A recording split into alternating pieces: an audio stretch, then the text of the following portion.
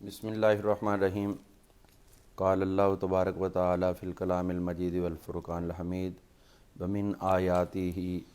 خلق السماوات والارض واختلاف السنتکم والوانکم صدق اللہ العظیم۔ اللہ تعالیٰ نے خود ارشاد فرمایا ہے کہ تمہارے زمین و آسمان کی تخلیق میں جو معاملات ہیں اور پھر تمہاری زبانوں کا اختلاف، زبانوں کا مختلف ہونا، تمہارے رنگوں کا مختلف ہونا، یہ اللہ کی نشانیاں ہیں۔ بنیادی طور پر زبان لغت جو ہوتی ہے وہ اظہار خیال کا ذریعہ ہوتی ہے۔ اگر آپ سمجھتے ہیں کہ میں بہت اچھی گفتگو کر رہا ہوں اور سننے والے کو کچھ بھی نہیں سمجھا سکے تو پھر یہ زبان کا نقص بھی سمجھا جاتا ہے کہ ثقیل آپ نے استعمال کر لی ہے، اور اگر گونگا بھی اپنی بات اشاروں کے نایوں میں سمجھا جائے تو پھر اس کی بات کو بھی معتبر سمجھا جاتا ہے۔ یہ اظہار خیال کا معافی ضمیر کے بیان کا ایک ذریعہ ہے۔ تو ہم دیکھتے ہیں کہ دو جہتیں ہوتی ہیں، ایک تو ہوتی ہے جس سے کسی نے جنم لیا ہے، ایک وہ ہوتی ہے جس سے دوسروں سے جس کو تفوق ملتا ہے، برتری سمجھی جاتی ہے، اگرچہ دوسروں نے اس سے جنم نہ بھی لیا ہو۔ جس طرح کہ ہم مادر ملت کہتے ہیں حضرت محترمہ فاطمہ جناح کو، تو اس کا مطلب یہ تو نہیں کہ انہوں نے جنم دیا بلکہ ان کا وہ ایک مرتبے کا اظہار ہے۔ بابا قوم کہتے ہیں حضرت قائد اعظم رحمۃ اللہ علیہ کو، تو وہ بھی ان کے اس مقام و مرتبے کے اظہار کے لیے۔ تو اس صورت میں بھی دیکھیں تو عربی سب سے فائق نظر آتی ہے، اور اگر کہیں کہ باقی زبانوں نے اس سے جنم لیا ہے تو بھی عربی حقیقتاً السنہ ہی نظر آتی ہے، لینگویج کی ماں نظر آتی ہے۔ جہاں تک اس کی ابتدا کا تعلق ہے تو قرآن مجید فرقان حمید کے اندر اگر ہم دیکھتے ہیں تو ہمیں یہ بات واضح نظر آتی ہے کہ اللہ تعالیٰ نے فرمایا، قرآن پاک کو اپنی لغت قرار دیا ہے، اپنی زبان قرار دیا، ما یلیق بشانہ، جو اس کی شان کے لائق ہے۔ اس میں سب سے پہلی بات تو یہ ہے کہ اللہ تعالیٰ نے خود جس طرح اس کو لائق تھا، اس نے سورہ طٰہٰ اور سورہ یاسین شریف کی تلاوت فرمائی حضرت آدم علیہ السلام کی تخلیق سے بھی 2000 سال پہلے۔ اب یہ دارمی کے اندر حدیث پاک موجود ہے، دیگر کتب میں موجود ہے۔ یہ چیز واضح ہوتی ہے کہ لفظ طٰہٰ اور لفظ یاسین کا استعمال اور پوری سورت کا استعمال، اور جب یہ ہو گئی تلاوت تو پھر فرشتوں نے کہا کہ مبارکباد ہے ان لوگوں کو جن کے سامنے یہ کلام پڑھا جائے گا، جن کے پیٹوں میں یہ جائے گا، جو اپنی زبانوں سے اس کو پڑھیں گے۔ یہ انسانیت کی تخلیق سے بھی 2000 برس پہلے کی بات ہے۔ ٹھیک، تو اس کا مطلب ہے کہ عربی کا تعلق جو ہے وہ تخلیق انسانیت سے بھی پہلے کا ہے۔ پھر ہم یہ دیکھتے ہیں کہ اللہ تعالیٰ کے الفاظ قرآنیہ، یہ کلام اللہ جو ہے یہ صفات اللہ ہے۔ ٹھیک، جس طرح اللہ تعالیٰ کی ذات ہمیشہ ہمیش کے لیے، ویسے اس کی صفات بھی ہمیشہ ہمیش کے لیے ہیں۔ ازل سے ہے تو اس کی صفات بھی ازلی ہیں۔ شرح عقائد اور دیگر کتب کے اندر یہ مسئلہ مسلمہ ہے کہ اللہ کی ذات قدیم ہے تو اس کا کلام بھی قدیم ہے، چونکہ اس کی یہ صفات ہے۔ تو پھر اس کا مطلب ہے کہ اللہ تعالیٰ نے اپنے کرم سے عربی زبان کو بھی قدیم صفت عطا فرمائی ہوئی ہے۔ اور میں یہ سمجھتا ہوں کہ اگر جس طرح اللہ تعالیٰ نے نبی کریم علیہ السلام کو تخلیق فرمایا اور اپنا محبوب قرار دیا،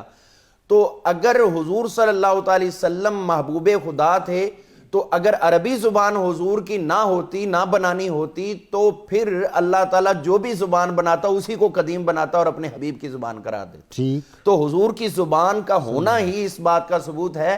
کہ جیسے حضور صلی اللہ علیہ وسلم قدیم سے اللہ کے حبیب ہیں تو ویسے آپ کی زبان بھی قدیم سے اللہ کی حبیب ہے۔ ٹھیک، اب ہم آتے ہیں اس بات کی طرف کہ جو آپ نے ذکر کیا آیات قرآنیہ یا دیگر وحیوں کے نزول کے اعتبار سے، حضرت سفیان ثوری رحمۃ اللہ تعالی علیہ اس میں اپنا نقطہ نظر پیش فرماتے ہیں۔ تفسیر ابن ابی حاتم میں آپ فرماتے ہیں کہ اللہ تعالیٰ نے ہر وحی کو عربی میں نازل کیا۔ اچھا، تفسیر ابن ابی حاتم میں اور دیگر کتب میں یہ کثرت میں احیاء علوم الدین وغیرہ سب میں موجود ہے۔ آپ فرماتے ہیں کہ ہر وحی بنیادی طور پر عربی میں آئی، تو جس پہ نازل ہوئی اس نبی نے اپنی زبان میں اس کو پیش کیا ہے۔ اچھا، جی،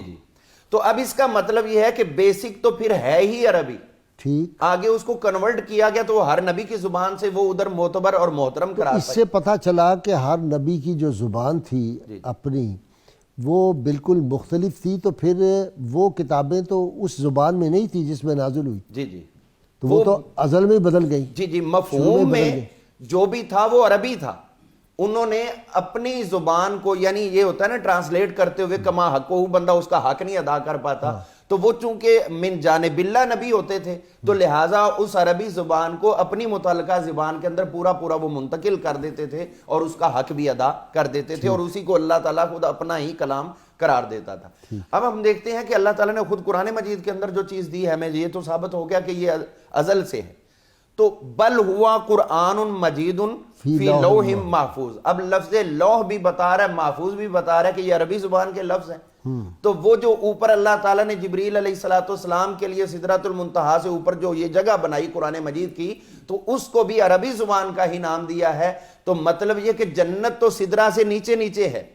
کچھ اس کے حصے اوپر جاتے ہیں، لیکن لوح محفوظ تو ان سب سے بلند ہے۔ تو اس کا مطلب ہے کہ اگر ہم یہ لفظ لوح محفوظ بولیں یا لفظ عرش بولیں تو وہ بھی عربی زبان کے ہی ہیں، اور وہ بھی قرآن نے ہی استعمال کیے ہیں۔ تو یہ زبان صرف پھر زمین والوں کی نہیں ہے، آسمان والوں کی نہیں ہے، بلکہ اللہ تعالیٰ کا عرش بھی بتا رہا ہے کہ یہ عرشی زبان ہے اور یہ عربی زبان۔ ٹھیک، اس کے اندر ہم دیکھتے ہیں